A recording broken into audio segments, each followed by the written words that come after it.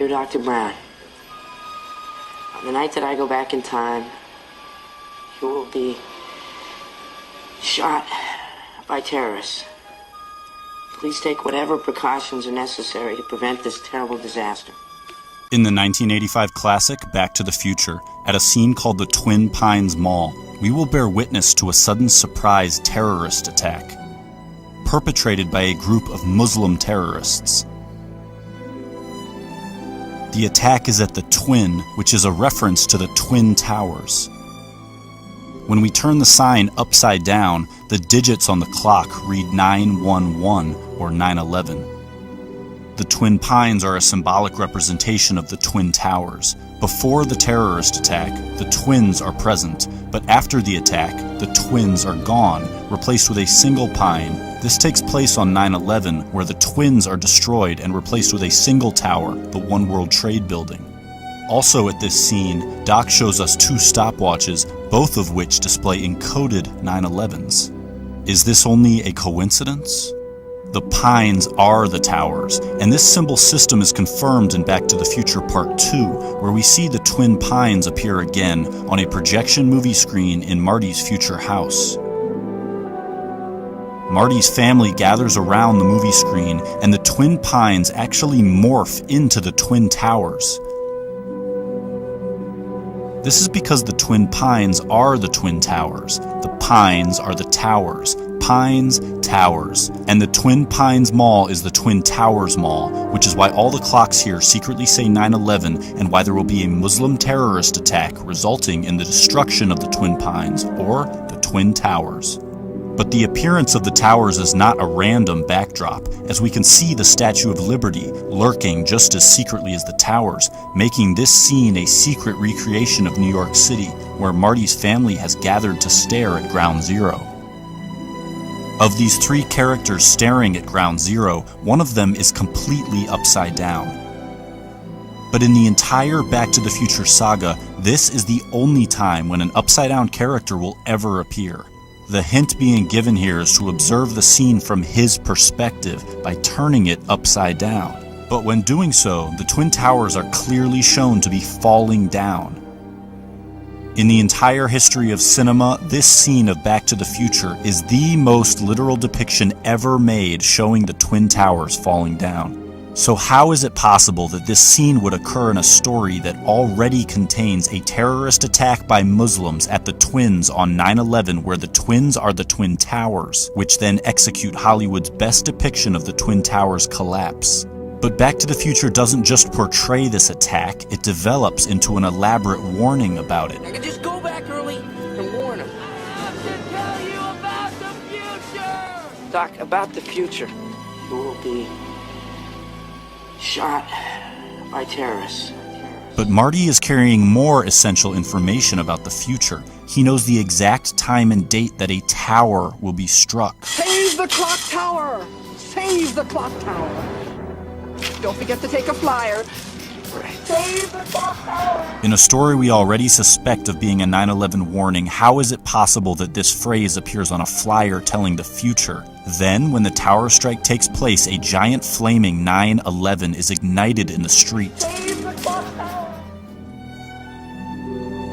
Marty knows exactly when and where this tower strike will happen because it's all written on this flyer and placed in his hands, but something lurks in the background overseeing this transaction.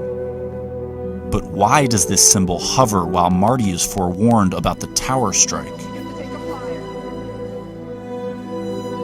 Back to the Future was written and directed by Robert Zemeckis, first released in 1985, but to depict the future, Zemeckis chose October 2015. Hi, Doc, what's going on, huh? Where are we? When are we? October 21st, 2015. 2015? The Twin Towers scene takes place in October 2015, and the towers appear on a movie screen, meaning the McFly family is watching a secretly placed Twin Towers movie released on October 2015, directed by Robert Zemeckis. So how could it be that now, in the real October 2015, a major Hollywood production is about to hit theaters worldwide, and it is exclusively about the Twin Towers? It happens to be directed by Robert Zemeckis. The title of this new Twin Towers film is The Walk, and this new Twin Towers film has the exact same release date as the secret Twin Towers film planted in Back to the Future, which exposes the symbolism of the pines and depicts the Twin Towers collapse. So why would Zemeckis now draw our attention to it with a major Hollywood production? Back to the Future was released in 1985, The Walk in 2015, exposing this warning after 30 years.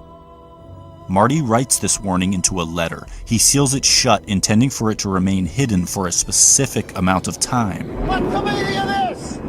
Find out in 30 years! What's the meaning of this? Find out in 30 years!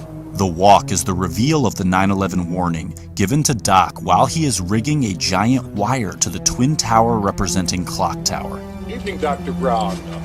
What's with the wire? The Walk is about a plot to rig a giant wire to the Twin Towers.